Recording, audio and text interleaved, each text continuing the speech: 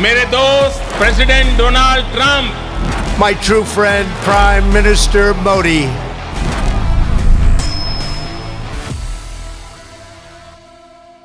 Prime Minister Narendra Modi reached the United States on Wednesday after concluding his two-day visit to France, where he co-chaired the Artificial Intelligence Action Summit alongside French President Emmanuel Macron. The two leaders also held bilateral discussions aimed at strengthening ties. The Indian diaspora gathered outside the Blair House, where Prime Minister Narendra Modi is poised to stay during his two-day trip to the United States.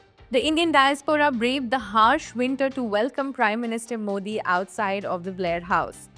Now let's talk about his schedule. In the US, Prime Minister Modi will meet President Donald Trump for a bilateral discussion on Thursday, that is February 13, 2025, in both restricted and delegation level formats. Prime Minister's visit coincides with snow and sleet expected in Washington. Just as well, Modi will be staying at Blair House, the US presidential guest house located right across the road from the White House. According to reports, 6 bilateral meetings have been scheduled from the time Modi arrives in Washington, D.C. on Wednesday evening, leading up to his meeting with Trump at the White House at 4 p.m. local time, that is on Thursday, 2:30 a.m. IST on Friday. The visit will reportedly conclude with a private dinner hosted by the US President later at 5:40 p.m., that is 4:10 a.m. IST.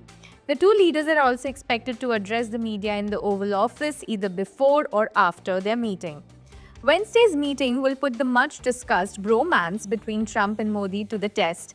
During Trump's first term, the two leaders exchanged bear hugs and warm compliments, with Trump calling Modi the nicest human being and Modi referring to Trump as his dear friend.